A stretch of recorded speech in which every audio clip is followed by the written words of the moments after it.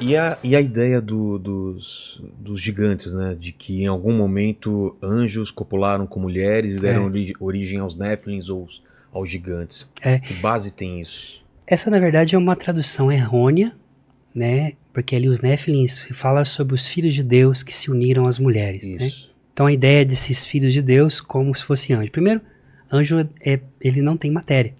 Para você copular, como que você vai ter um filho? Não tem um pipizinho? Não tem sexo aí. Não? Não tem anjo.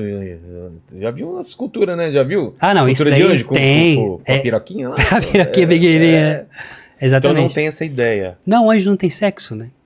Porque, vamos pensar aqui, vamos pegar as categorias aristotélicas a respeito de sexualidade. Para Aristóteles, e também para a filosofia antiga, a matéria que define, matéria que eu estou falando também da realidade biológica, que Aristóteles diz que a matéria é o nosso modo de entrar no mundo, de se apresentar ao mundo.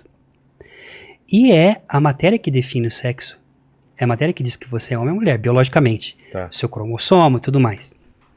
Você pode depois fazer todas as mudanças que você quiser, mas você nasceu naquela condição que define biologicamente, fisiologicamente, homem e mulher. Anjo não tem isso, anjo não tem matéria. É espírito puro.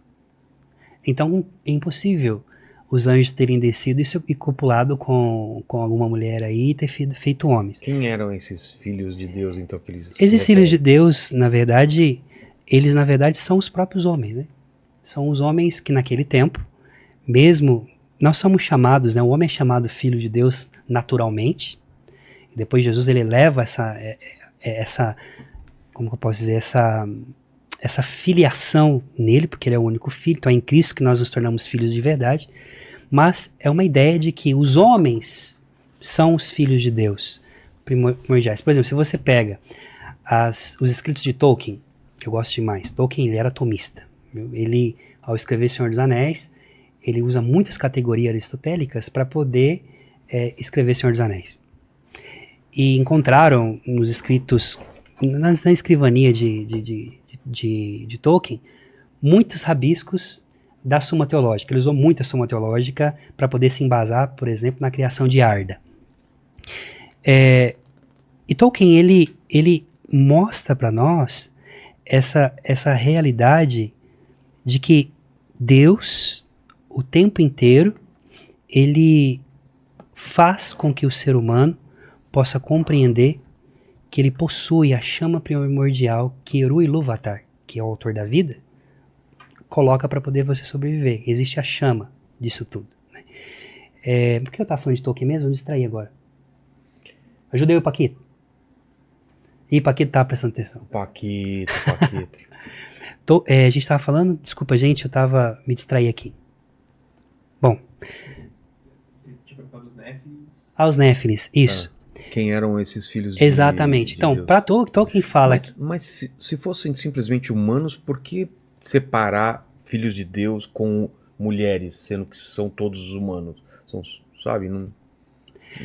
Não faz sentido. Não faz sentido. E geraram uma raça de gigantes ou alguma coisa diferente geneticamente. Entendeu? Sim.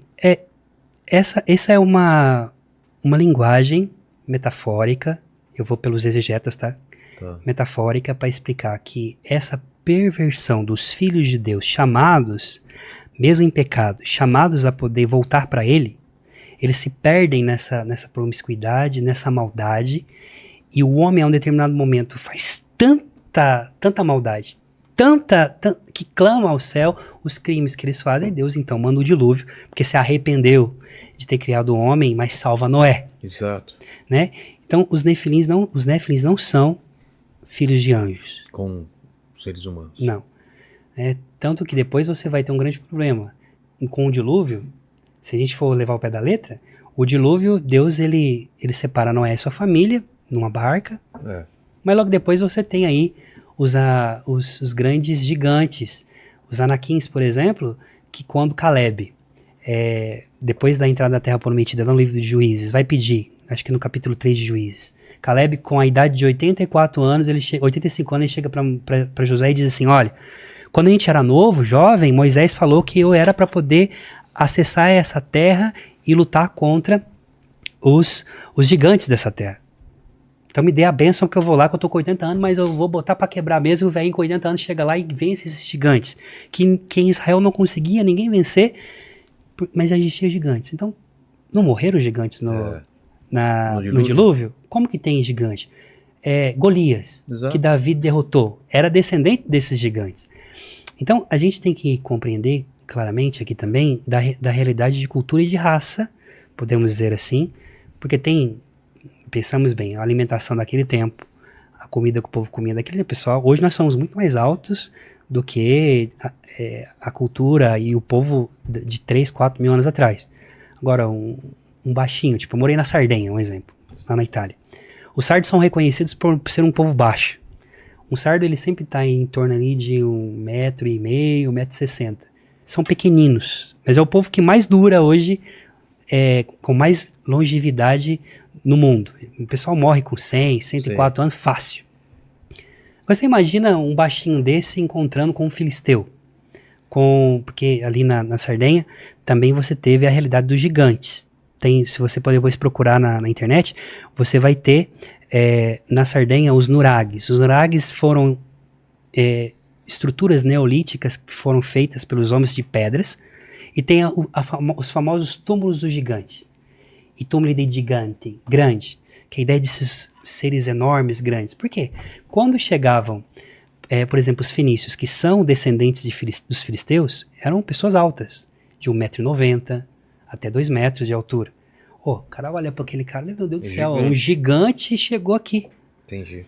Então essa mentalidade, tanto que hoje, por mais que você encontre na internet, dizendo que encontrou túmulo de gigante, aquilo que se tem de gigante hoje é uma anomalia genética que aconteceu ao longo do tempo.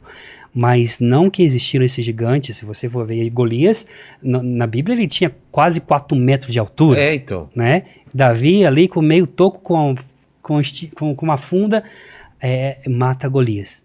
Então, não, os Néfilins não são filhos dos anjos. É impossível ser isso porque, como eu expliquei, os anjos eles são privos de matéria, não podem copular. E os anjos da guarda?